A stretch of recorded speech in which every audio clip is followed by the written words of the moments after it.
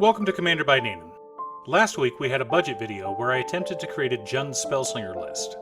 In that video I mentioned how I wanted to further pursue the idea, and today's deck list is that result. Before we get started, I'd like to quickly ask you to like and subscribe. I've been very happy with the growth this channel has had so far, and I'm excited to see where we're going. If you're looking for ways to support the channel directly, you can head on over to patreon.com/Danon. One of the tiers is specifically set up for Commander. For only $25, I will build you a custom Commander deck based around your specifications, and even do a deck video on it. With that out of the way, let's get into the video. Spellslinger is an archetype built around winning through instants and sorceries. Most often, you gain value from copying the same instant or sorcery over and over again. One of my favorite ways to win with my Riku deck is to have Thousand Year Storm on board, cast Manamorphose, and then cast Narset's Reversal in response. Thousand Year Storm creates a copy of Narset's Reversal. We use that copy to target the original Narset's Reversal, returning it to our hand and creating a copy. The new copy of Narset's Reversal then copies Manamorphose, returning the original to our hand. The copy of Manamorphose resolves, and we draw a card and add 2 mana to our mana pool. Now, the next time we cast Manamorphose, we create 2 additional copies, let those 2 copies resolve, then cast Narset's Reversal again. Repeat until you have a ton of mana and enough cards in hand to win the game. However, we're not in blue this time, so we can't run either Thousand Year Storm or Narset's Reversal. I may have to build a 4-color Spellslinger deck one day, but today I wanted to see if I could do it in Jund. Which brings us to our commanders. And just like in the last video, we'll be using partners. Kodama of the East Tree is a 6-mana 6/6 legendary spirit with reach. He also says that whenever another permanent enters the battlefield under our control, we may put a permanent card with equal or lesser mana value from our hand onto the battlefield, with the caveat that so long as that permanent wasn't put there by this specific ability. In other words, if we fetch a land with something like 3 visits, Kodama of the East Tree lets us put another land from our hand onto the battlefield. So we'll be using it as our ramp commander. Our partner this time is Vial Smasher the Fierce. He's a 3-mana 2/3 legendary goblin berserker. He says whenever we cast our first spell each turn, we choose an opponent at random. Vial Smasher then deals damage to that opponent equal to that spell's mana value to either that player or a planeswalker they control. So we have both mana ramp and a win con in our command zone. We can't really rely on Vial Smasher being spot removal, as his ability is random and only triggers once per turn, but he will deal a ton of damage throughout the game.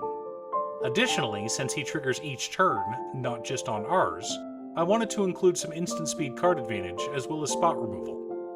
But before we discuss the deck, we should keep in mind our checklist.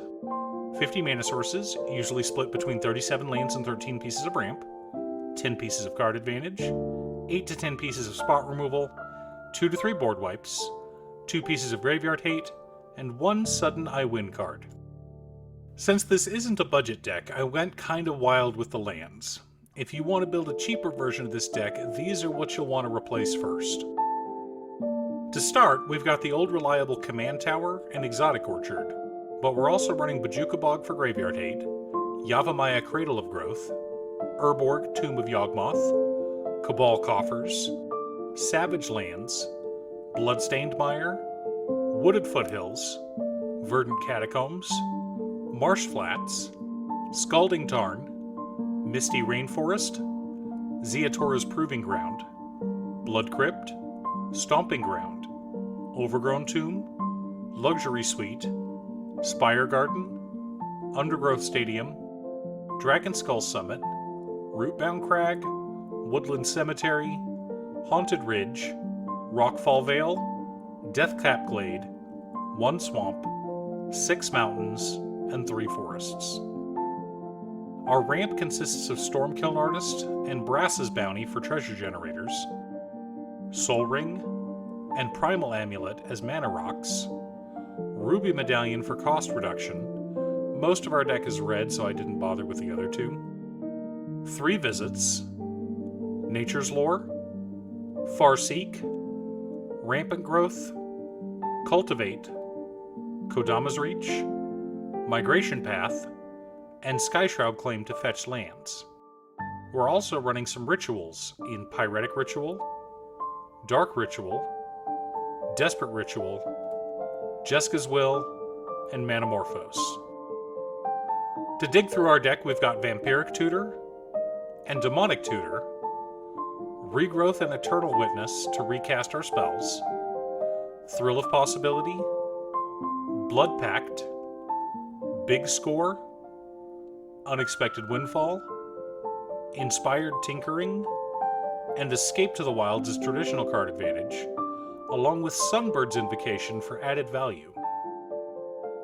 Our interaction package consists of Wild Ricochet, Chef's Kiss, Abrade, Wild Magic Surge, Beast Within, Feed the Swarm, Bedevil, Shatterstorm, Zat's Will, Return to Nature, and Veil of Summer.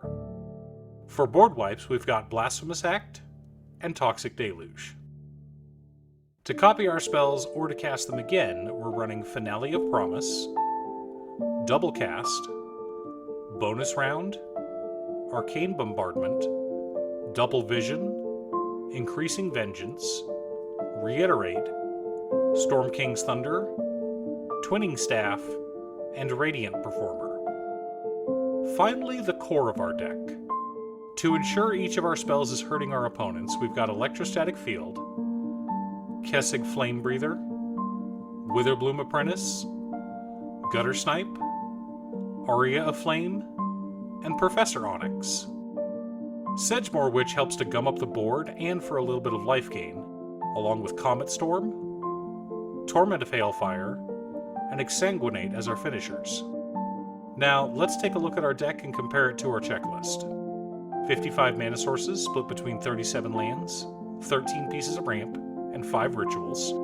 A little high, but that's fine with this sort of deck.